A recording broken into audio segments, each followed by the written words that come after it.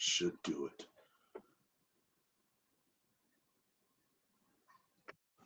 All right, salutations, everybody. I think I am live. Can I get some confirmation if everybody can hear me and see me? I amazingly got on here somewhat quick without a bunch of technical difficulties, so I'm just amazed by that. I tried to set it up that way, but it's never actually worked. So I was only a couple of minutes late this time. Can everybody hear me?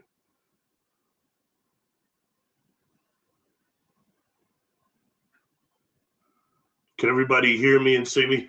Jessica's not here this time. She's on her trip, so I don't have my moderator, but I'm hoping that I can do this alone and be this big tough guy who stands on himself by himself. So can everybody hear me and see me? I'm looking at chat now. Looking and sounding good. Glenn Kelly, thank you. Okay, I'll give everybody like just a minute and a half here to kind of check in a little bit, because I know I'm a couple minutes late, but I want to, this is a very interesting subject, and I appreciate everybody who decided to come. So cool. There's somebody else, Dusty the Great. Thank you for being here. Amy, what's up? Thank you for being here. Missy, thank you for being here. Amy, nonsense, non-sci, I'm sorry. Thank you for being here. Damien, thank you for being here. Amy again, thank you. I appreciate everybody coming. I know that this isn't probably a topic that's popular, so I wasn't sure who all would actually come, you know. Concerning that. Here, let me see if I can. I guess the lighting is all right in here. Okay, cool. Yeah, like I said, this isn't probably a popular topic, but I think it's one that's really necessary and is needed. So I'll give everybody about another minute to check in. Sin of the Phoenix, thank you for being here. Oh, right on. Joyce Hartman, thank you for being here. Oh, excellent. How cool, man. People actually come to these. You all have no idea how long it was I had planned on actually being done with YouTube, and God has just seen it different. So see if I get the lighting just a little bit better in here, maybe just a tad bit.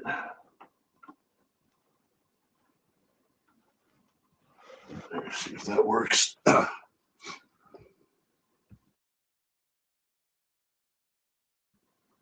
That's a little better, a little more light there. Cool. Okay, sorry. So make sure, didn't want to look like I'm up here sitting in the darkness. Brother don't need no extra darkness. Okay. So blessings to everybody for being here. All right. And this is a subject.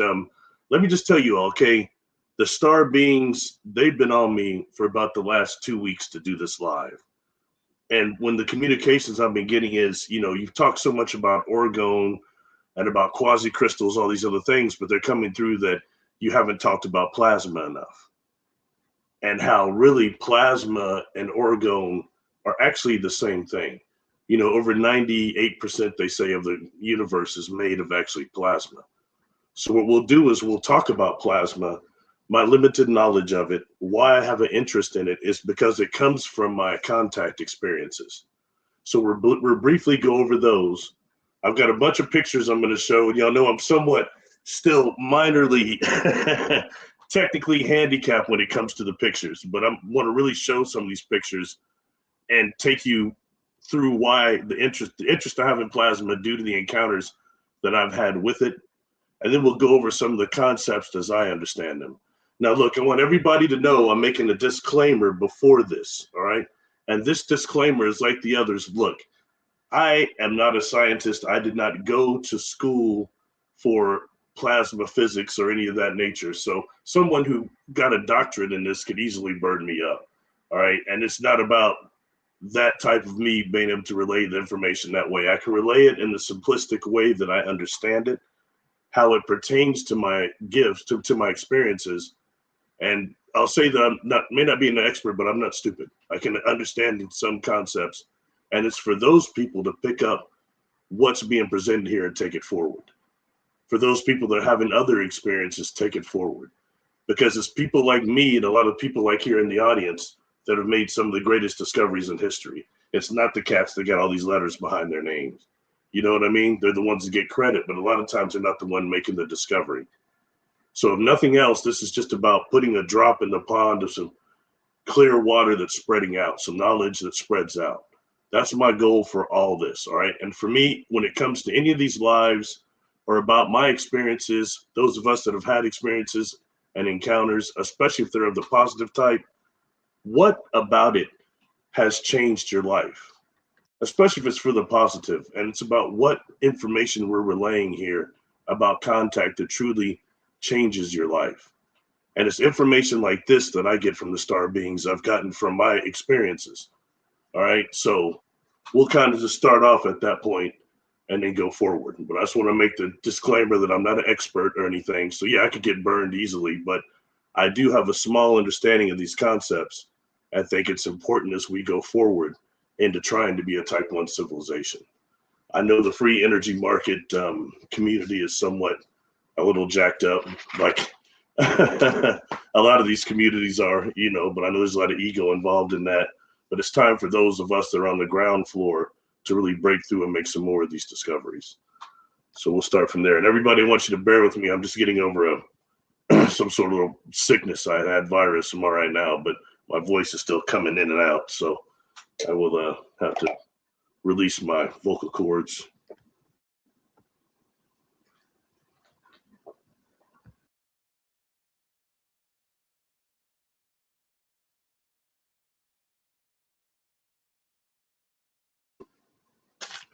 All right, for this one, everybody, I've actually got some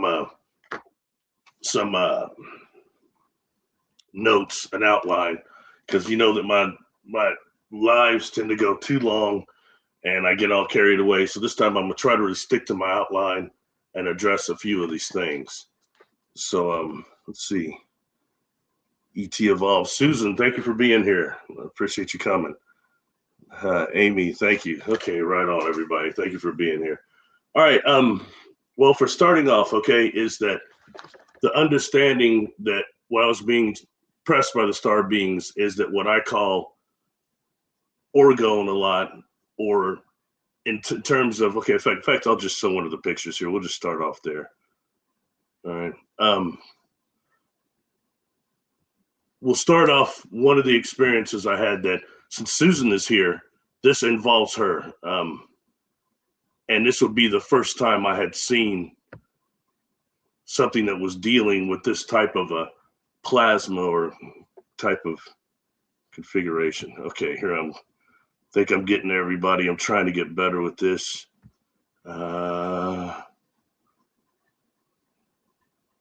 Share screen.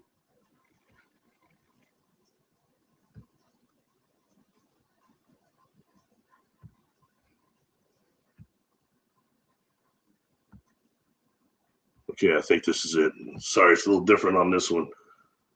Okay, hopefully everybody can see that right now. Okay, this would be the first experience when I started. Like I've said before, my experience is kind of what I used to think had kind of cut off from the age of about 13 to around 17. And then at 17, I started having experiences again, and they were physical. And this would have been the first one. I've talked about this before, so I'm not going to spend a whole lot of time on it, all right? So it won't be repetitive.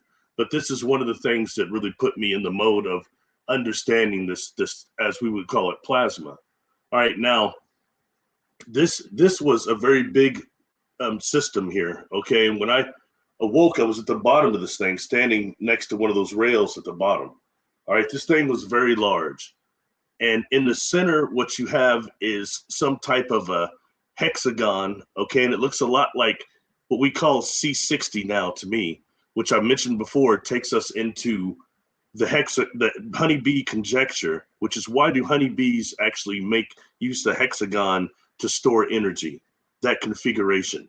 And some of this has to do, as I mentioned before, when you're bringing elements or materials from one dimension, one universe to another, it can be done through certain shapes. And I do definitely believe the hexagon is one of them. All right, so this thing is the root of this system right here. And this thing is big. It's generating this golden glow. And there are these what look like, I don't know, Saturn rings around it to me, these gyro rings around it. And it's projecting this light. And this light was much deeper than even shown in this video here, or in this picture, going up to this box. And on the 3 levels you see, and those are actually levels. So this was really big. It's like a huge building I was in. That's what it felt like. All right. Now, this light, they'd refer it to me as two different things they're putting in my mind. They're putting in one, they're calling it the living light. And I've received that information, that information, that communication and other experiences as well. Okay, but they're calling it the living light. And also they had called it AGLE. It sounds kind of corny, but that's what they're putting in my mind. Angelic golden liquid energy. And I think the liquid fact has to do something that this was a much denser light than what you're seeing here. The yellow kind of represents it, but it was much deeper yellow, okay, to a point of where it was being polarized to a way that was almost physical, close to it. All right. And I think that's what that means. But in reality, this living energy. This is a type of plasma that they're using. And this will take us into the other states of plasma that we'll talk about. All right. One thing that you've got here, you've got these three levels here. And my friend Susan that's in chat right now, I had this experience. I experienced this when I was much younger, okay? And I had seen a group of people. It's about 7 people standing there, and they're kind of transparent, all right? And let me say something about this craft. Not just on board these things do you start getting information just when you're in the environment. Information starts coming through. But I could see that first deck up there and see what looked like kind of people I thought near the rail. So I wanted to go up there. I was trying to look up there, and all of a sudden it's like I got popped up there. And with that coming an enormous amount of sickness, like being in an elevator that's going down. That's what it felt like, as far as just the loss of stomach. But Susan and this gentleman named Bill Spicer were 2 of the people that were standing in this group. Okay, as well as this older woman I knew that went by White Dove. It's a psychic where I live. There were 3 of the people that I knew in this group of about 7 people. Okay, and they were going one at a time, touching this light at the end of the deck. And the beings are putting in my mind the living light. There's a healing factor going on, an awareness factor. But the thing about Susan and Bill and these people is that they were transparent. Okay, I could kind of see through them. And so that means they were there in dream body, energetic body, opposed to their physically like I was. So they weren't suffering from this sickness, this temporal aphasia is what it's called. That's what they told me it's called anyway, because inside and outside the ship are not in the same dimension. But so that's the situation there. And it's kind of interesting. I don't know what Susan remembers of it, but not much maybe, but Bill has a strong memory of this, especially the box when he saw this picture. And it was actually Bill that one day contacted. He's the guy that got me to come forward actually. And he's the first guy I ever interviewed with. And he was an engineer pilot that worked with a company that was corporate that was contracting with my father's company. And he was a contactee, he said. He had a bunch of pictures and stuff. And my old man was not into that. He said, "You're nuts like my son. You can talk to my son." So this guy started calling me. And, when I tried to kind of play a little stupid and not really give off any information, he just wouldn't go away. And then one day he's telling me, I see him in person. And he's one of the people I've seen on this ship. And he starts telling me one day about this lady. So you got to look at this lady. She's got great information. And it was Susan Manwich. And he sent me a thing she did. It's IT Evolve, what she's going by in the chat right there on her channel. And she was talking about some contact stuff. And I immediately recognized her from a contact experience I had 20 years earlier. You know what I mean? So that's very prevalent in that way. It also says when you're dealing with beings that operate the space-time continuum, all deals are off. All right. So that's one experience of dealing with this living light. And I've said before how this light, this plasma of this type is going up and being harnessed by that black box. And that black box is being used as some type of inertial damper. And they can produce, amongst other things, a gravity modification field that they'll put across the skin of the craft. And that helps when you're dealing with something like a jump through one of these Makos, one of these black holes. So I don't want to, and more than that, I think at this point also that this type of plasma is also consciously aware. And we're going to talk more about that, all right, and about consciously aware plasma. And for the record, I think that these rings here, I think that's some type of a magnetic containment field that they're using in a vacuum type of a state, and using that to polarize the material, the energetic life substance that's inside of that C60 piece or whatever it is. It's bigger than that. But anyway, so that's just definite food for thought. And that's one that I wanted to show to you that is a deal with dealing with the plasma as well. So, and these terms sometimes I think are terms like AGLE or prana or chi. These are all for the same types of plasma. And you've got plasma. What states of plasma? How does it occur? One is plasma is subatomic particles. Okay, they say a lot of times gaseous particles, but I think it gets a little heavier than that. And it's got electrons that are negatively charged, protons positively charged, and ions that are normally positively charged. And it occurs in the states of liquid form, gaseous form, solid form, and crystal form. And I want to emphasize the crystal form of plasma, all right, and how the crystalline plasma requires dust to make it. Okay, and when saying that the dust for what we're talking about here, we're going to be referencing here a little bit later, cosmic dust, star dust, space dust, where there's several different types, and how that can combine to make different plasma crystals going into a different structure that starts almost becoming self-replicating, self-aware, things of that nature. So we're going to talk about that more, and that'll be based on some of these experiences. So I'm going to go further again with just a little bit more with this. All right. Another one I'm going to show here.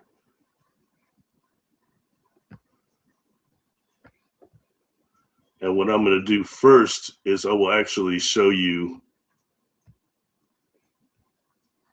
this thing when it's deactivated.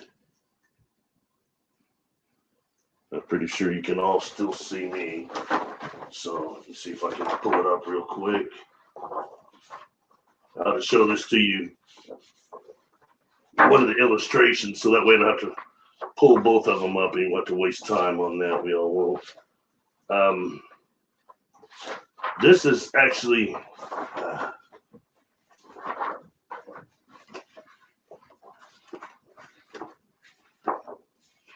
oh, there it is. Okay. This one. This is when it's deactivated. I'm sure everybody can still see me right now. This is when it's deactivated. This is another type of engine or slash brain that I've talked about before. And what is this thing was very large. Okay, and in the middle, these things, these quasi crystals, the configuration of them is different. And it had like this chemical bioluminescence in the middle of them, something that she didn't represent here. Okay, but then when it was actually activated,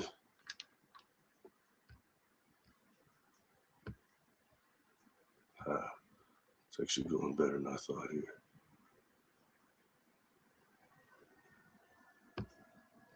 Let's see. Okay, when it is actually activated, it looked more like that. Okay, these things started spinning. It looked like there was like copper around these things.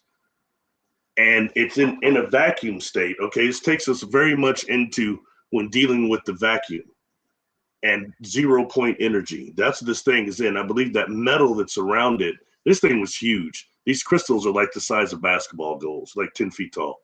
All right, but this metal though, I'm sure is to produce also the Casimir effect within the vacuum state. Okay, and they're doing something with the plasma that those light, that chemical or bioluminescence inside of those crystals, I believe that's a type of plasma too. That's no type of earth plasma though. And when this thing was activated, those crystals started spinning. Okay, and they started spinning so fast I couldn't see them anymore. And that's when the hum started. And the being, the insectoid next to it, told me that that was used to not just power legion ships and planetoids, it also was used for healing and could heal human flesh. And that hum that I heard, it sounds something like the bull roar, that woo, woo, woo, woo, woo, woo, woo, woo. A lot of you have heard that on craft for various reasons, but that's the type of sound that this thing had. So anyway, this takes us into the plasma and the states of plasma. Okay, the two major states of plasma is hot plasma and cold plasma. Okay, and then basing it from there, then that's where you get, it can be in the dark, the gaseous state, solid state, matter state, or crystalline state.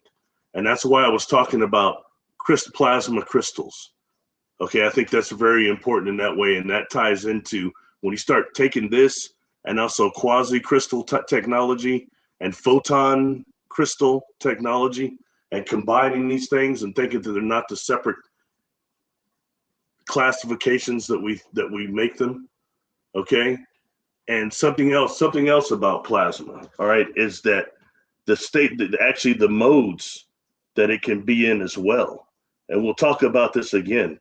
And that would be not just in, can it be hot plasma and cold plasma, meaning thermal and non-thermal plasmas. You also can have, it can also the forms that I had mentioned as well. The crystal form is a really big one. Just want to make sure that I kind of really get that part through, okay? But another way that they can exist is plasma can exist in dark mode, okay, glow mode, and then arc mode, which is like blazing. And arc mode is what you're kind of seeing here, I think. All right, and that goes into our sun as well. You know, our sun is mainly all plasma of different types, you know, but it's definitely at the arc mode. Okay, and when dealing with that, scientists say, oh, we don't know what dark matter is and that. Okay, what that would be is plasma, life energy in the dark mode phase. That's what it is. I think it's somewhat apparent when you start really looking at plasma cosmology and how plasma cosmology is not dealing with electromagnetic and gravity as much as it is dealing with the plasma and electric current, which takes us into that whole electric universe thing, which, look, I'm not an expert on, but I understand what they're saying when they're saying these electric currents within our cosmic web is what actually makes the plasma form into these things they call sheaths, plasma sheaths. Okay, so anyway, but what that just ties into this type of a life energy, this plasma that's being generated by this thing. And let me tell you all something else. I have come to the realization as I've gotten older that just not is this a power source, I believe it's also a type of a brain. I believe it is a thinking organism as well, right here. And something, so it's not just for propulsion, it's not just as a power source. I believe it's a thinking thing. And again, this takes us into plasma that goes from the level of thought. All right. All right. So far, so good. I'm still wobbly, but getting a little bit better here. Okay, what I'm going to do now, hopefully that has been explained good enough.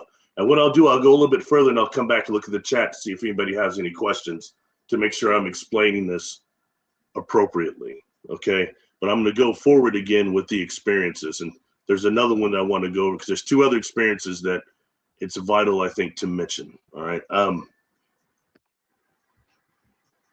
And we get done with that, we'll go over some of the things about plasma. Okay, now here is, in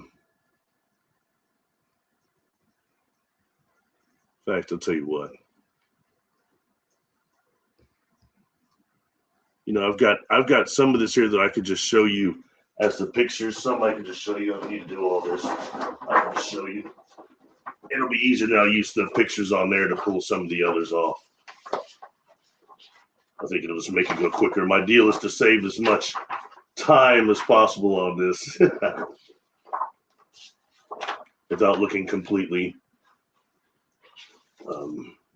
Okay, here. Oh, I'm lucky. Thank you, goodness. Okay, right here. It'll be this craft. Okay, it'll be this experience. This is the first craft that happened when I was when my adult onset continued. The second one actually, but this involved over 4 hours of missing time. All right, and this craft, what I want to say about, we'll talk about the inside of it. This is one that had morphed and it turned into looked like the four quad. It was called the tripyramidal Merkaba. I've done videos on this on the channel, and after I'm done with the live, I'll try to go back into the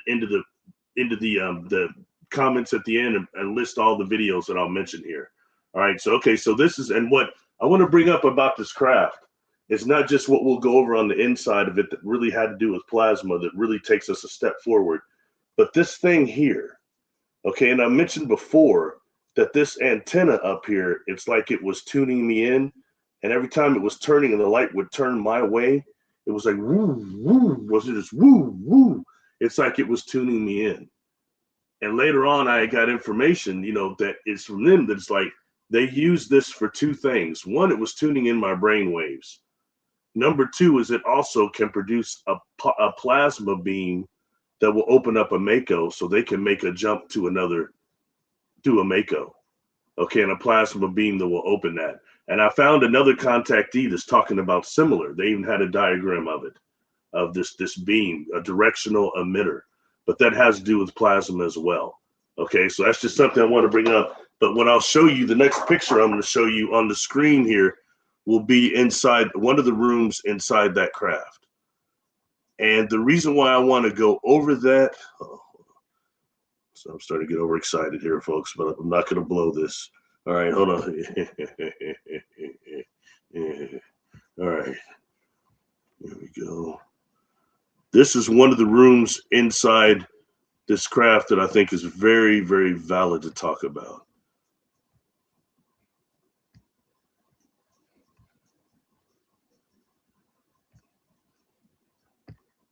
Boom, that should do it. Okay, this is one of the rooms inside this craft. There's another one I'll show too that involves plasma also. I should have showed the other one first, but it doesn't matter.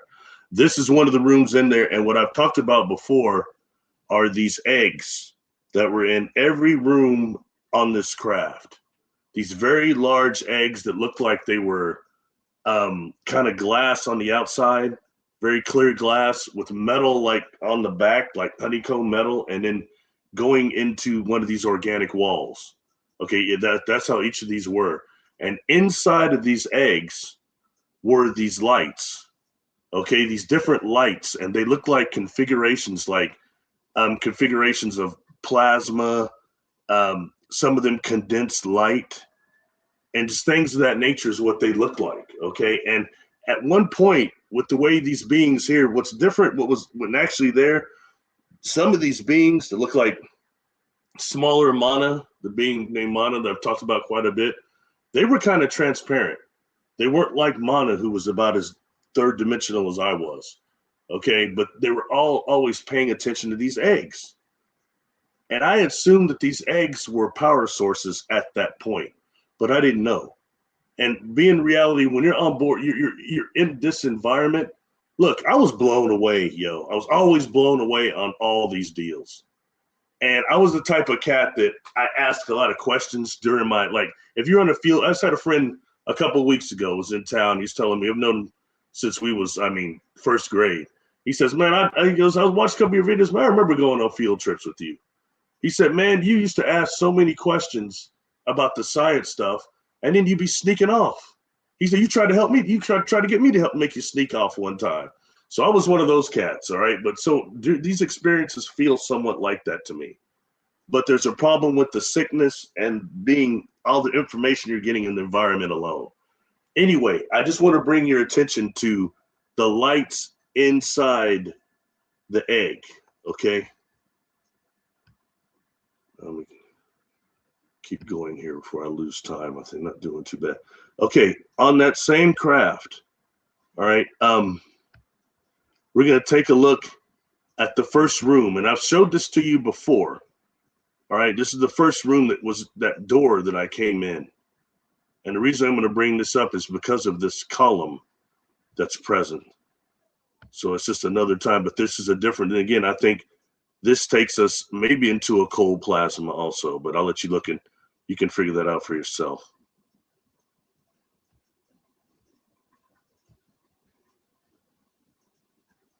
Okay, boom.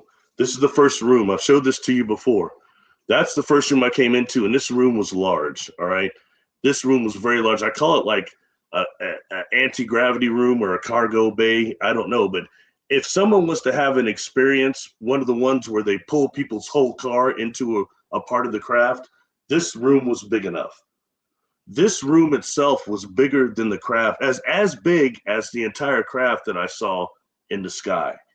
Okay, in this room, there's this box I've talked about before that has, excuse me, what looked like carbon tubes connected to it.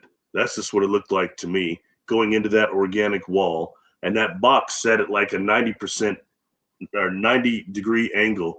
And it made me sick when I would look up at it. And it was big, okay? That's when I first started experiencing the temporal aphasia, because I know that box is like temporally displaced, like some of the engines and other places of this craft are. The reason why I'm showing you this, sorry, see, I'm getting too excited, folks, rambling like the proverbial professor, cooked out. Okay, look, I'm bringing up this, it's the beam in the back. And I was kind of trying to ask of what it was, and I was getting stuff that would be a type of a plasma, but more like magnesium and almost, I think, maybe uranium, not quite plutonium, but maybe uranium. Okay, and how that's being made into a plasma type of I believe a cold plasma, since it was blue. But this led me to ask questions, because there was at first a type of a golden blue beam, that blue and then gold beam, that had floated me into the craft. But I started asking questions from other contactees about what color was the light that had brought you into the craft, if you had one. And I was wanting to see how many people said they saw either a blue one or specifically a purple one. And those are two videos I did that are called UFO stasis fields. There's 1 and 2, part 1 and 2. I asked that question in both of there. I had people give me like a lot of private responses, which is cool, But anyway, I wanted to know about the ultraviolet, because a lot of melanin dominant contactees had said that we didn't go through the sterilization upon going onto a craft with the ultraviolet, and the purple rays are the ultraviolet, and a lot of melanin dominant contactees didn't go through that sterilization process. I can tell you now, having talked to dozens of people, that's not true. That's more of a myth. There's all sorts of different types that take us in, but I was still wondering about the decontamination factor, and if this plasma had something to do with that, even more so than perhaps anti-gravity and other things.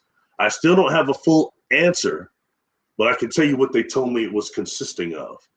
All right, so that's just another type of plasma that's on board this craft. That's 2 different types that we've seen now. Well, 2 different, the one was just lights that I haven't described yet, the lights in the egg, but we'll get back to that.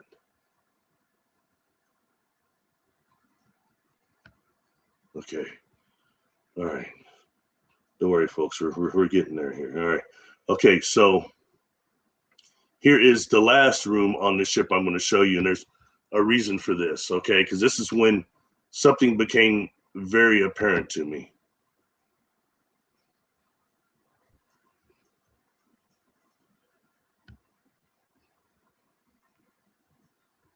Let's see if I can just get this. Oh, there it is. Sorry.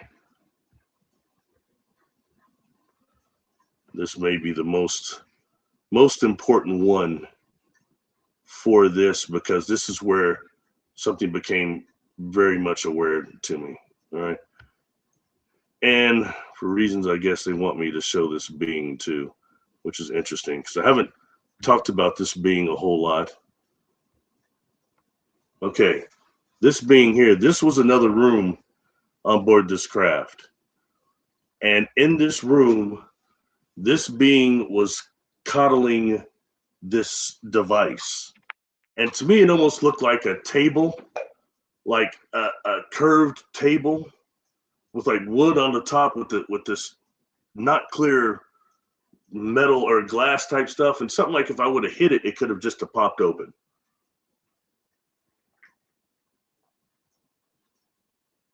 This being, I would say the head was maybe even a little bigger, and the eyes were maybe even bigger.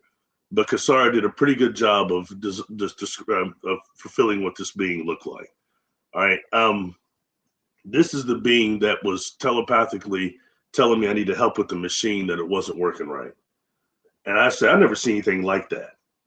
And it's way beyond, it's like, thousands of years beyond anything I've seen. And she's put in my mind that it's old and it's starting to mess up. And I had something to do with creating it. Okay. And I called that being the mother of the hybrids. I saw no hybrids, but I felt like that's what that machine was ultimately. And she had a motherly type of feeling to her. So I called her mother of the hybrids. And I had shown, it took me a while to get this right because I had to have to keep telling Kasara that this being was melanin dominant. And so that's the color that it was. All right. Now, here's the thing. When at one point, I'm suffering from this temporal aphasia already, but this being looks up at me.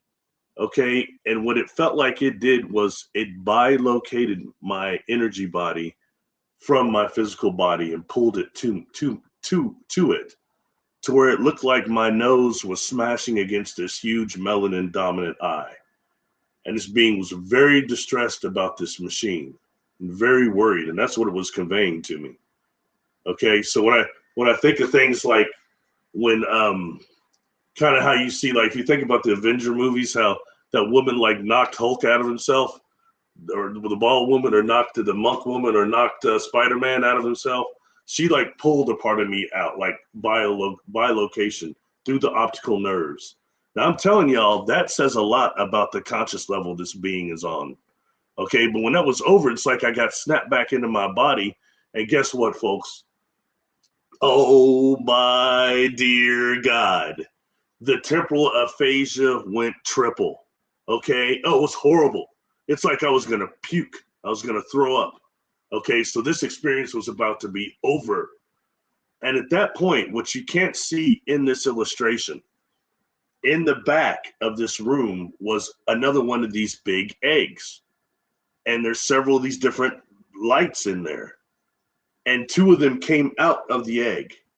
All right. And one of them attaches to the left side of my head, and it's like a pink ball kind of thing. Looks like it's got a Saturn ring around it. It attaches to the left side of my head, and another one comes out that's like a golden spherical ball, and it attaches to the side of my ribs on the other side. Okay, on my right side, and I start feeling like they're changing my time, like my time differential or something. And they're putting me more in sync. And the temporal aphasia wasn't as bad. And then they transported me to another room, which is the one I call the hyperbaric chamber, before I got sent back. Okay, and I know now it was to help to ease some of that sickness I was getting. All right, that's when I realized, when we look back at those eggs, okay, that those weren't just power sources. Those eggs contained what it might be, I don't know, non-corporeal, non-physical command officers. I don't know what we want to call them. Okay. But they're staying in those eggs because those eggs are actually portals to their reality, their dimension, their universe. And that mist inside those eggs is still their environment. So where it is, I can exist in this ship, in this room with this being. Okay. We can both exist there dimensionally. It's still dangerous to those ones that are non-physical, those parts of the ship. Do you understand what I'm saying? I've explained all this before in many videos, but now I'm here doing it live, so maybe it makes more sense. I've talked about it in interviews, but doing it like this, maybe it makes more sense. Okay, but that is the situation we're dealing with this. This being here, when I did release this, I got a lot of responses on this being like I did on Mana. And I will ask those of you that have these hybrid childrens and things like that. That's not exactly what my experiences are like, but I have had something happen. I just don't talk about it. Okay, but because it involves somebody else. and they don't want to be, involved in any of this. But point being that I wonder how many people, like, for example, Geraldine Orzako, I've met her twice in person, but I was to ask her, do you recognize this being? Is this one that you have encountered before? Because we all deal with these different species, these different factions, different beings are doing these different hybrid projects and things. And what I know of the hybrid type of stuff these beings are doing is not like what the other beings are doing.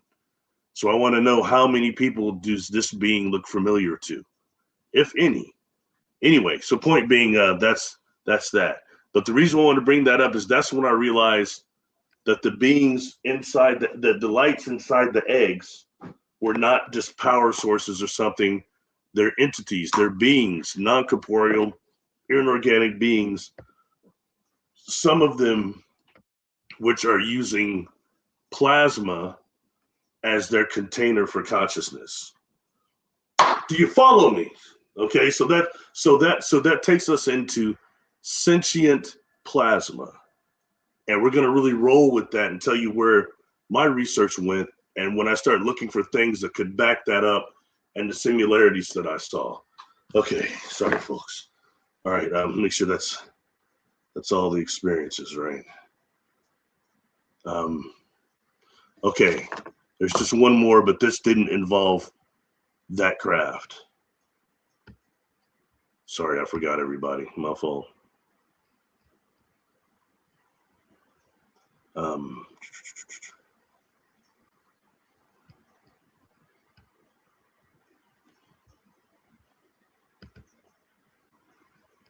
Okay, here we go. Okay, now this is a different experience, and this one would actually be similar because Susan and some other people have seen beings quite similar to this. Okay, this was a different experience where I was it was the second that was involving missing time, and I can't tell you what this ship fully looked like because I was with somebody else. I'm trying to get to this spot that's this hot spot where this other stuff has happened, and there's like this UFO out there. Another person in the car saying, there they are right there. And I can't believe there's deer jumping out on this country road. So I can't hardly look at this thing very much. I just see yellow and like red flashing, maybe some green like flashing. And then we actually got to the spot. This thing was like gone. I remember disappointed for a moment and then trying to sit there and like meditate and make it come in and all the fireflies going crazy. So many males flying out there that was unreal, and the trees are like lighting up like it was the Amazon, boom, boom, boom, and saying, man, maybe this is like the firefly thing now. And then this ship starting materializing around us. It's almost like they're beaming you up. But when you have a non-physical ship and it starts manifesting and they're making contact, it's a conscious event. They're actually manifesting around you into becoming a third dimensional object. It changes everything. It's like all bargains are off, man. And that's what this was involving. Okay. Anyway, sorry. So one room on board this, there's actually two. One room is the room where I told you there's micro wormholes opening and closing. And that's what looked like a ball of plasma jumped into one of these holes and it came back out. Okay. And they're telling me that they're like water at a fish in our dimension. Sorry, everybody. I forgot to put that picture up there. All right. God, I forgot all about that. You know what? We'll get to that. I'll look for that as I show you the others. But anyway, that's just another room there that had these. That's the one that Rudy Shields took a really serious interest in, was that room, because it seemed to producing these small makos that were opening and closing, but they were unstable. Okay.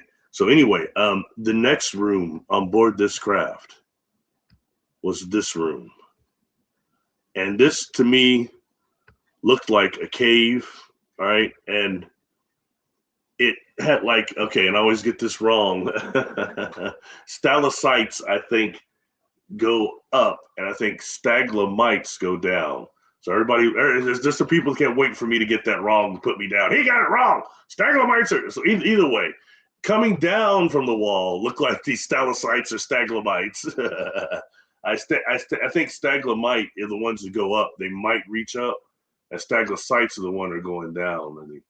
I don't know. Anyway, point being, on the end of these stalactites, staglamites, appeared to be these things that look again taking us in the honeycomb conjecture, these like C60 things, but they were more oval, okay? They were bigger. And at one point, it's like they were pulsating. And then there would be like these strips of light that would go around them. I only saw it happen on 2 of them. All right. And when I say that these strips of light, it looked a lot to me. If you remember the first J.J. Abrams, the first 2 movies, when they beam somebody down, it looks like these strips of bands of light going across the person. It's a different way of beaming it. It looks different. It looked like that going around these cocoons. Okay.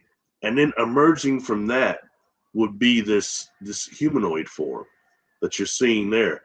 And they were more golden than represented here. They were golden colored like the eggs or the honey, the cocoons. But I swear to you, I call them that because what they looked to me was a lot like the beams on the movie Cocoon when they dropped their skin. Remember, there were these light beams, these golden like light beams. I've done videos on that and I've showed pictures of them and the similarities. But that's what they look like. And during this experience, I'd already been in another room with this helmet thing, and they're telling me that this is so that these beings even have a frame of reference to communicate with me and a frame of reference for the experience itself. So this tells me, at this point, I was still unwilling to accept how much of a conscious experience this is. But nonetheless, this is dealing with plasma. These beings appear to be made of light and plasma, just like those cocoons did. So I say the word orgone energy and life energy, living light, all that, but it's really truly a type of plasma. And I think it takes us to the cold, probably not arcing, but glowing, in the glowing mode of plasma. And I have talked to many people. Susan is one that has seen beings that look like that. Now, what I will do is I will show you a picture that Susan had given me permission to share before. And it's one that really resonated with me and definitely looks like, let's see. Sorry, I'll get it here.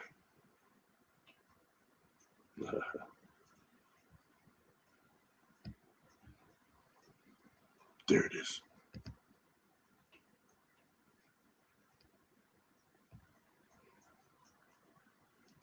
Okay, this is a Susan. This is a picture that Susan has shared with me. And it's when she showed me this, I was like, because she knows she's seen these beings too. And I don't know that I had actually, at this point of our friendship, if I had ever mentioned that. Okay. And that's connected to her and her contact experiences. When you look at those beings, again, you've got these plasma beings with a glowing light inside. I've seen some beings that I've called what kind of like Wajina, to have those crystals in the middle, those throne beings. That's some cytoplasma inside of those crystals inside their chest. And it's interesting that you see something like inside these beings' chests here, but they're that golden color and that AGLE, angelic golden liquid energy, that living light energy, that quote unquote glowing plasma energy in whatever state. When we start dealing with plasma, we start dealing with plasmoids. And those plasmoids can be within a single plasma sheath. And you might have cold ones, gaseous ones, solid ones, all mixed up. And that goes into how actually plasma might be conscious.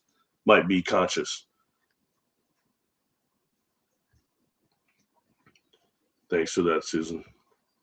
Okay, cool. All right, now I think let me check out this. I think that's the first part of my presentation. This the part 1 anyway. Let's go into part 2. I'll look in to see, is everybody still with me here? Am I making sense, or am I like making some people say, you don't make no sense, man? I've heard that before. Cool. Oh, cool. People sharing their experiences. You see, that's really cool, because any of you all that come to my chats or lives or any of this or follow any of my work, it's because you're like me, probably, have experiences similar to me. I'm not special, but it's just a matter of everybody has so many different types of experiences. Trying to put together like a tapestry to weave them together can be somewhat difficult, right? So, but I think this is the place to do it, Okay, cool. So what we're going to do now is go into what is plasma. Okay, since I've shown you why I have a personal obsession with it, okay, and why it connects to my experiences. So for me, it goes on, doing research and trying to find other people that either had similar or some science that explains it. Okay, so that'll take us into something else. And I want to bring this up. This is going amazingly. I'm only partially slow on these now. Not completely disabled, but partially. Anyway, okay, this is a book that I'm going to reference a few books here, everybody. Excuse me. And again, this is information that is that just to give you the lead for yourself. It's not about me sitting up and telling what I know like I'm some expert, because it's certainly not about that, right? But this is something I think is very much worth sharing.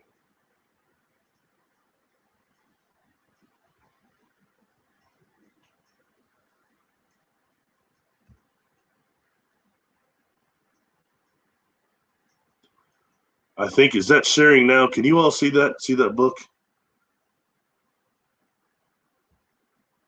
Hold on.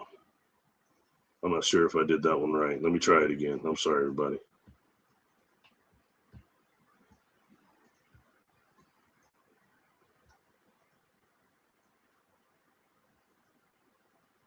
There, I think you can see it now. Sorry about that. I messed up.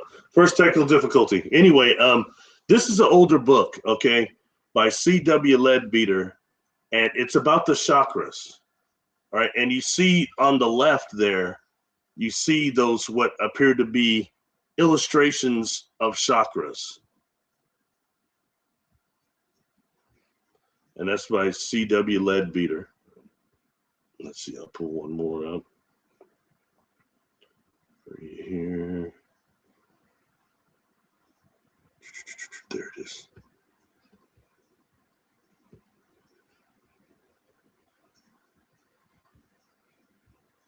Now, what he has is in that book is he talks about the chakras and everything and goes on. He's got a bunch of good actually representations. I've got a few of them on here. I may not show more, but this is the one that's probably the most important.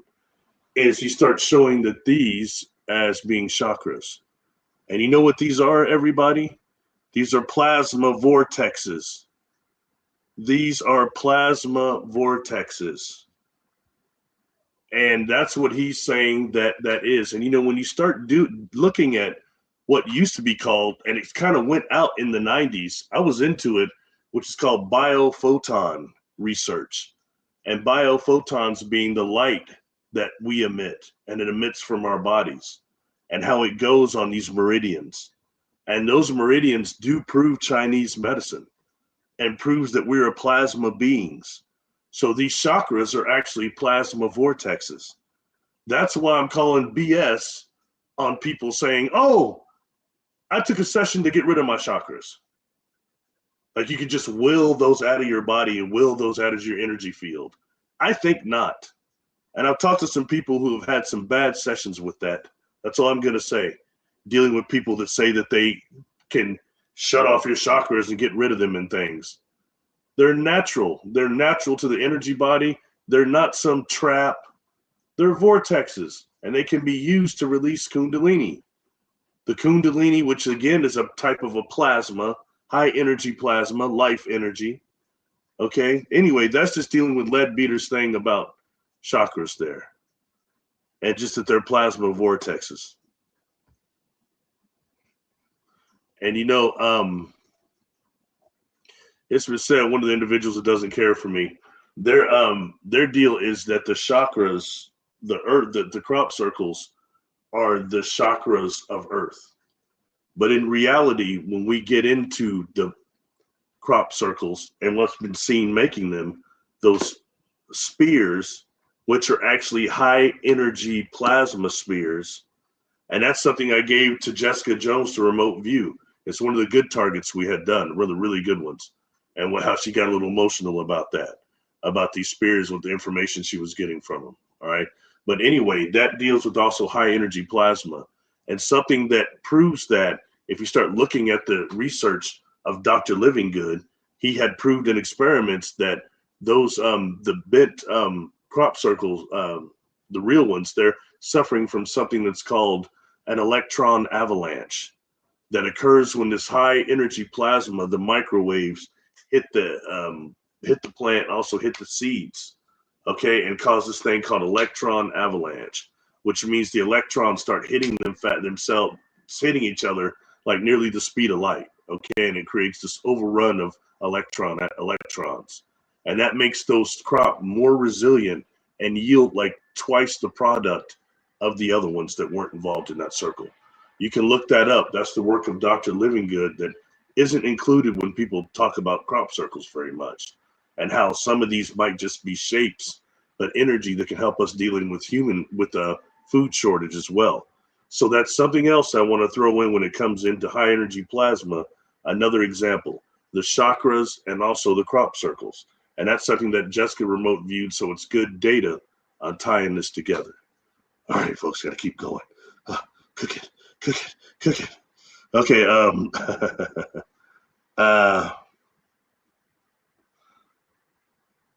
got a couple of charts from Leadbeater, but I'm not so sure. Okay, I'll just show one more.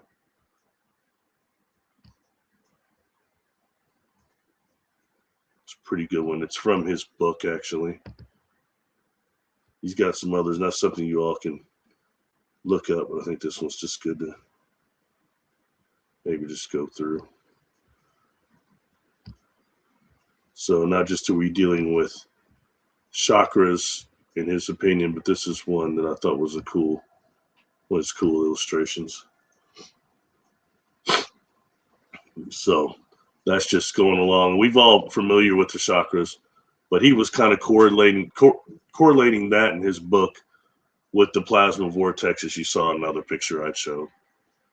So just one of those things to be aware of. Anyway, but you can't just remove them. So that becomes a bunch of nonsense anyway. So, okay, everybody. All right. So we're going to go a step further now. All right. So I mentioned how plasma can be in dark mode, glow mode, or arc mode, which is like blazing. All right. And it's worth looking at the new currents of plasma they found going through the sun as well, and things of that nature. But this is going to take us into something else that I want to discuss. All right. And this is called Kordylewski clouds. And what we talked about earlier was actually what's now being called complex dusty. Everybody look this up. It's not just me talking weird, because they've changed the terminology of it. They're now calling it with the new science, basically, dusty complex plasma. And that takes us into what I said. One of the forms is we have plasma crystals. I advise everybody to look that up, and how plasma crystals only are formed with dust particles. And you can look up the different types of dust particles, all right, and how they actually can form. They actually form these plasma clouds, all right. And somebody that talks about this a lot, that I want to give some definite credit to, is Dr. Professor Robert Temple. And Temple, most people are familiar with him on his book, the Sirius mystery, his book over Sirius. But he's wrote some other books, and this one I thought was really good. Let me share it with you, because it's not about me looking studious. It's more about providing the resources that you need to look this stuff up for yourself. And it gives it much more validity than just me talking about it. You know what I mean? Those that really put some scientific evidence behind it. Boom. That's a book of his right there. It's really good. And it talks about plasma in depth. And he goes hard with it. All right. When I say he goes hard, he goes hard.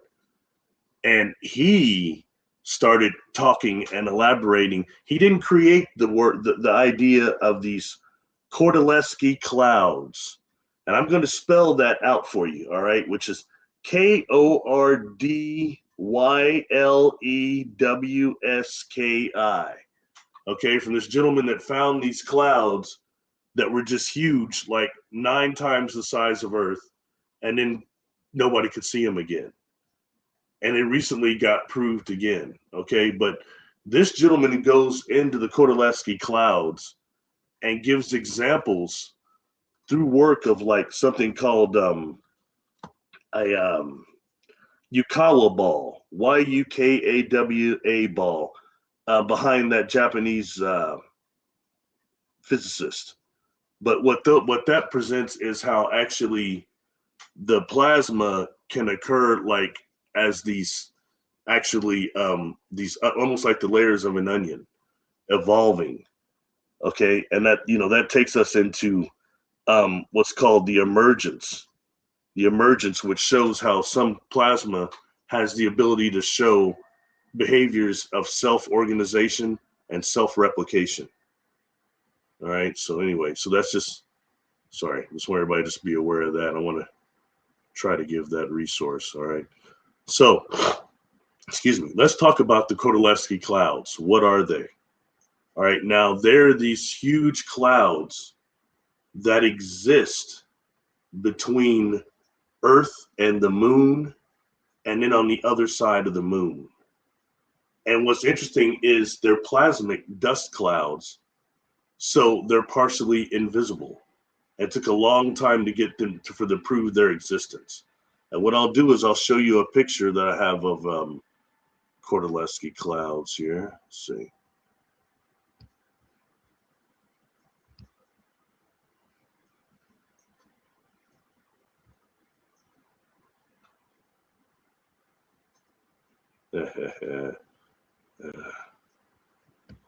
And I'm going to go. I'll go deeper with this. This is important just to illustrate what I'm trying to talk about here, so it will make sense to everybody.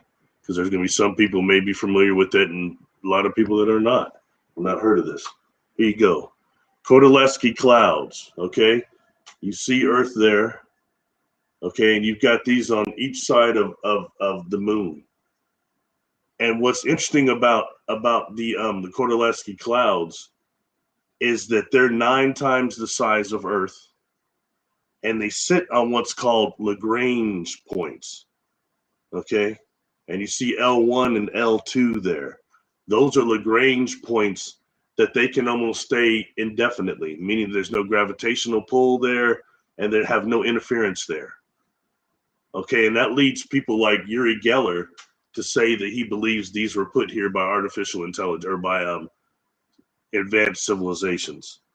But what they are these plasma clouds. Now,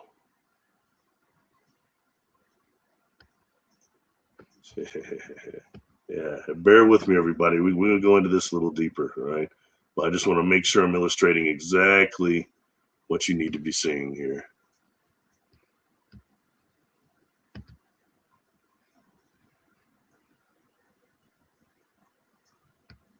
This is another illustration concerning, I'm just going to probably call them Cordy clouds, because that name is a little difficult. Okay, here we go again. Kordylewski clouds. All right. And the ones were more, you've got these sheaths. So you've got L4, L5, L3, but the ones we're more concerned with are L2 and L1. And that's between us and the moon, or between us and the moon and on the other side of the moon. Okay, and they're really, really big. And something else I want to say, that these Kordylewski clouds are probably billions of years old. And something else about them when thinking about the Yukawa ball and things of that nature is that they're being bombarded constantly by solar wind, which is full of positively charged protons, negatively charged electrons, and positively charged ions. They're bombarding these clouds constantly. Okay, and when you start looking at what's called, hold on, make sure I get this right.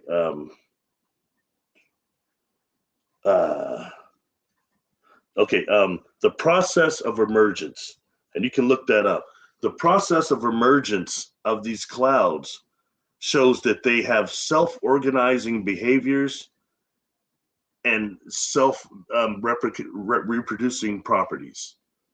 That's what's being shown, and there's been a thought of at some point that this type of plasma becomes conscious, in terms that it can start processing information in the same way that self-assembling organisms can, that we think of now on the AI level.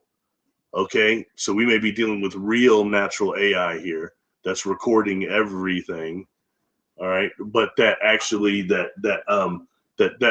being bombardment means they're being rearranged with these plasmoids that can contain everything in them: solid, gaseous, crystal, all these things, and they're sitting inside these crystal dust clouds that again are called dusty complex plasmas. That's what these Kordylewski clouds are. All right, so I think it's very important. And two other things I'm going to put out to you with this also, all right, is that I've talked about before a video I put out that came out of Romania, and I'll put this in the other part of the chat as well. It's called the Syrian lenticular ship. And that's something that I gave to Jessica Jones as a remote viewing target. She had no idea what she's looking at. And that's supposed to be a huge spherical ship that exists between us and the moon. Okay, and it's taking people there, training people, all these other things. And she had data came out of that it's real. And also, Farrakhan had talked about this years ago, about that ship out there too. So my question is this: how much of that is connected to the Kordylewski cloud out there between us and the moon? See what I mean? That actually that may have sentientness. And when dealing with how this Kordylewski cloud might actually produce or process information, start thinking about the quantum computers and how they're dealing with, I don't want to get this wrong, but I believe that they're called, quad bits. But the next level for them is quad dits, DITS. And once you start dealing with that, it's like quad or Q dits, QDITS. And that they process at a different rate altogether. And is that something we're dealing with these Kordylewski clouds? How they record information, how they might be sentient beings. And that's what Temple is saying. He wrote a couple of papers on how he believed that these are entities. And then they started taking that and measuring it up with, oh boy, it's like Gnostic text. And there's these people called, I think it's Marconis or something like that. They were saying that there were two entities, but between Earth and the moon was Metatron, the entity known as Metatron. I find that interesting. It made me start thinking, if you have these clouds around most moons and planets and they're sentient entities, what race of beings are they? What would they be called in the Uranta book? What would they be called in the Keys of Enoch? In the Uranta book, it kind of took me to something called Lanadek and Veronadek sons. That may not be them, but that's just, food for thought. And along with other that they call in the Uranta book, let me see. What's it? Let me see. I can tell you which page it is in the Uranta book. In the Uranta book, I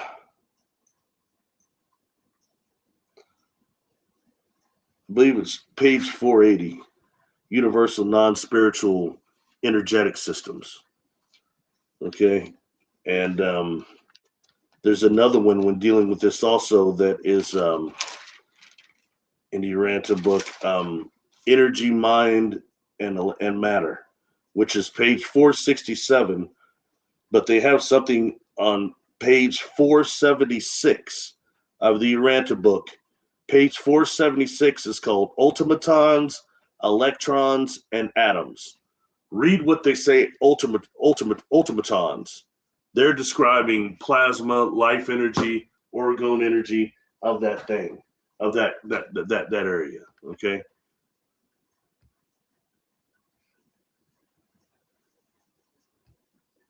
So the reason why I'm bringing that to you and the work of Robert Temple is because I have experienced entities that have plasma for consciousness on board these craft. So that's something that definitely can happen in a different this dimension, let alone a different universe or things of that nature. And there's some sort of a correlation there. At what point does plasma become conscious? It exhibits so many properties like that. And if you have a cloud that old out there, like these Cordy clouds, that's being bombarded by that solar wind constantly, how advanced are their layouts when dealing with something like that Yukawa ball? Or there's another guy, Steve Peters, Clyde Peters. He talked a lot about that and about our plasma body and how it is adjoined to different stars. And I mean, there's a lot of work on that, but a lot of those plasma physicists are dead now. Seemed like they kind of went out with the 90s. Not totally, but it's not something that's as popular as you would think when dealing with plasma physics and how this really is a big part of the makeup of our universe. All right. And it's a big part of the makeup of these encounters as well. So, all right, I think that's most of, we hear so much about AI and things, this is the information the star beings bring to me. Okay. It's stuff like this. To figure it out, it's not crap about 3-eye Atlas. What was supposed to, I'm hearing all these weird things. We're supposed to awaken our DNA, spaceships coming from it and inhabit the earth. Okay, whatever. That's great that a bunch of people are stuck on that. This is the information I get. Information about the structure of our universe, stuff that can help us technology to become into a type 1 civilization. And I think it's important. It's one of the chances for humanity to save itself. That's just the part that I know, stuff that seems to come to me. We've got others with other parts, and we put all this together. It takes us a step forward. And I think we've got the communication to do it now. So, okay, I'm going to go over this real quick, and I'm going to make sure I got everything, and then we'll kind of go over and look at the comments a little bit. Yeah, I think that's everything, everybody. I want to really talk about the Kodilatsky clouds more than anything. And, how come everybody's not talking about this? Don't hear many contactees talking about these circles. It's not information why these people are getting. Not that I'm special or anything, but there's some things that we get that are different. And some of this needs to be looked at. Okay, that's real science and stuff that's affecting us. Are those entities out there? Are they sentient beings? How do we identify the different types of sentient beings in space? Oh, I know what I want to tell you. One more thing. Okay, concerning the Kodilatsky clouds, how this ties into one of my experiences. Okay, and this is experience that I'm just gonna show you the picture. It involved the Andromedans. All right, there it is. And I called this the biobed experience. And I'm bringing this up because they had said something they had communicated some information with me during this experience. I think it's very, very important. And then I'll go into the chat and we'll. Okay, here you go. This is the biobed experience. And the reason why I'm bringing this up is because, okay, you got the little blue guys. You've got, they're saying like Andromedan Council members. And you've got the other guy here with I don't know what to call him, just a pearhead, but I got medical off that individual. And then you've got Mana in the back, who I've seen other experiences. All right. And these beings were pretty corporeal. Okay. They weren't like phased out. And the reason why I'm bringing this up, because before they even got me to lay down on that bed, or when I did it, I asked questions, where are these beings from, all this other stuff. And they were showing me like an arm of Andromeda. When you say somebody's Andromedan, What the hell does that mean? Like, or heck, excuse, what the HE double hockey sticks does that mean? Like you could say like, hey, I'm a Milky Wayan.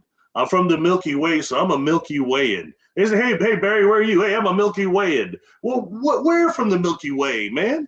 That's a big galaxy. You know, Andromeda is a big galaxy. But what they were showing me telepathically in my mind, they're also giving me telethought is these actual a spire, an arm that's going kind of out of one of the longer arms on in Andromedan. There's an area there where these beings kind of come from.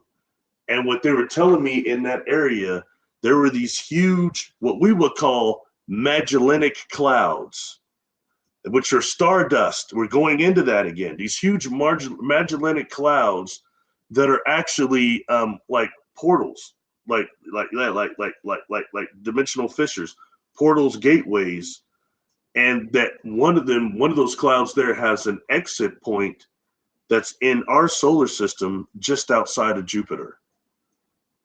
Okay, this is a long time ago, the information. So when I heard, it was actually when I was in Grafton, Tony Rodriguez, during one of his presentations, started talking about there being a portal outside of Jupiter. And I tell you, there's no way he could have known that unless it was through experience. That's the only way I knew about it. These cats told me about it. Anyway, there again, we're dealing with these Magellanic clouds, which are actually what? Dusty, complex plasmas. So that takes us into that again. Another one of my experiences that dealt with that. And for what it's worth, you know, those rods, those small blue cats are holding, they had these what looked like fiber optics coming out of them, but they were moving and they were glowing. So was that some type of plasma in the glow state? Again, food for thought, but worth sharing. All right. All right. Well, I think that's it for the pictures, everybody. I know it made everything a little longer, but hopefully that, you know, one other thing worth bringing up here, and I'll just talk about it. This ties into, because I don't want these to always seem like the separate things that we make them out to be. So when dealing with these concepts, I want to throw in also what's called electron diffusion regions. All right. And what that is are parts of the sun, the magnetic fields of the sun and of the earth, where they adjoin, where they connect. At those points of connections are called electron diffusion regions. And what they do is they open up these doorways, these portals that open up, like, I can't remember what it was. It's like every 90 seconds or something like that, every 4 minutes or something.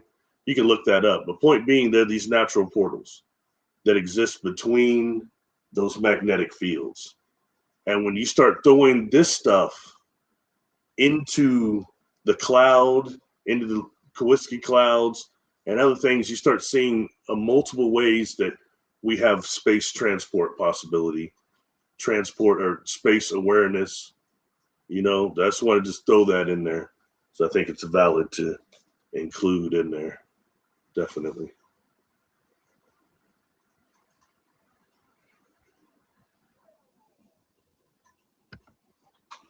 Well, it was something else I was going to say, and I think I kind of lost it. It was connected that somewhere around in there.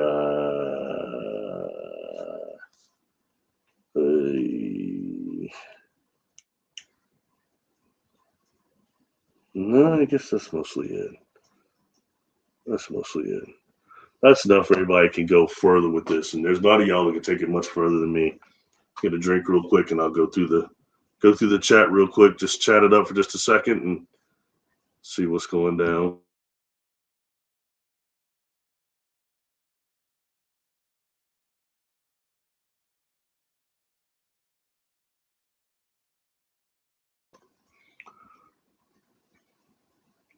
Let's see. Plasma of an eye.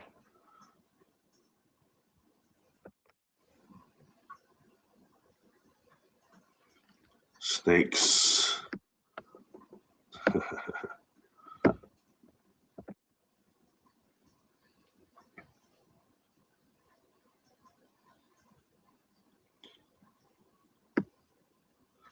See, everybody's talking about reptilians.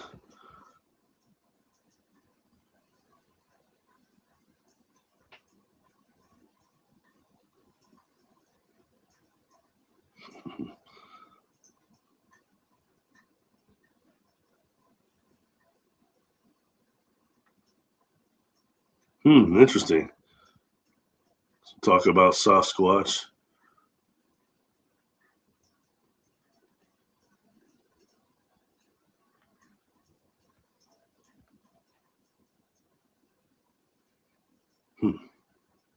Interesting. So anybody have any questions or anything? Anything on anything we went over here? Kind of went through the chat a little bit and everybody's kind of just chatting it up. Anything that maybe I didn't miss or anything I didn't explain good enough? Just leaving openings here.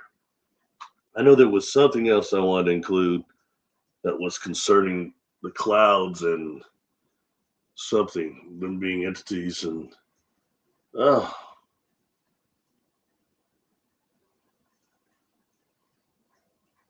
I don't know. Sorry. It doesn't matter. There's a couple of other scientists I was going to mention, but if you look it up, you'll start finding it because there's not a lot of them that are talking about this stuff. Cool. I'm not seeing anybody. Nobody else. Nobody has any comments or anything you wanted me to elaborate on or anything you wanted to let me know. Something else, everybody. Look, I got to be honest. I had taken about a month off from doing any sessions. I had so much stuff going on in my personal life and other stuff I do. I just didn't have time to do during the holiday, the last month, any sessions. So I missed a few people, didn't get back with some people. Some people are irritated. I'm trying to do that today and tomorrow, and I'm setting up schedules again for the new year here where I'm actually going to be trying to do sessions every day. And that'll show making it much more a part of my life. It was just hard to incorporate it during the holidays. So if you're somebody I didn't get back to, please don't get upset with me. If you don't hear back from me about the next day, send me another one, and I'll make sure I hit you back, definitely. I'm catching the few that were in spam and other things. But I'm trying to get back with everybody. It's very important to me. I just couldn't do it all at once. I got overloaded. And before I do any sessions, I got to make sure I'm on point. You know what I mean? I'll never be one of those people that's so overloaded that I'm giving people attachments or doing harm during sessions. I'll never be one of those. So anyway, if you're one of those people, please send me another email if you want to, barrylittleton13@gmail.com. I'll try to get back with everybody. Send another one if I didn't catch you, just to double check, because I'll try to schedule everybody in. And I appreciate everybody taking the chance to even work with me. So thanks everybody for coming. I'll look again to see are there any comments or anything about plasma or anything that was just sketchy that I didn't explain correctly. There's Cyber 4863 right there.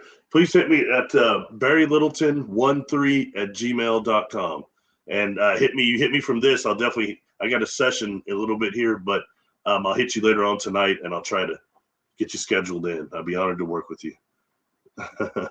Thank you, Amy. I appreciate that. Try not to let anybody down, though. You know what I mean? I know sometimes people send emails, people get back with them. They're like, oh, they never got back. I don't like that either, but it's like, man, I'm not a total flake. Only kind of.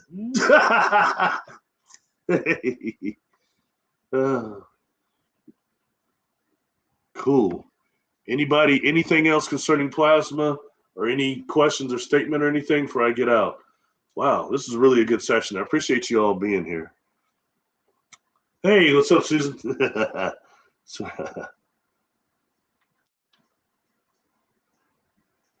Thanks, Susan. I appreciate it. I'm about to get out too.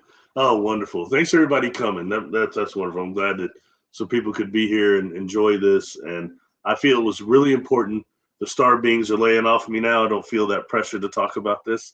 So anyway, I appreciate you all being here. Hey, what's up, Amy? Hey, thank you, Dusty the Great. Appreciate it. MPW333. Thank you. Thank you all for being here. Gosh, there was something else I was going to say. I talked about the lenticular chip. I'll make sure I put that and the one I did with Jessica, the ones that pertain to the work we've done. I'll try to put all that stuff, the crop circles, and put all that stuff in these videos or in the comments after I get this uploaded onto YouTube fully. They won't let me do it at first till the end. So I'll put all that stuff on there, and you all can look at all that information. And you probably learn more than me and take it a step forward. You know what I mean? It's all about us awakening humanity right now. Sorry for being off topic. Don't worry about it. I go off topic all the time, maybe. In fact, it's hard for my butt to stay on topic, if you probably noticed during Jessica's shows. Thank you all for being here. And please lay some feedback in the comments after the video goes up. And thank you all very much. I believe this was important. And it's about us just stepping forward into type 1 civilization. Much love. Peace.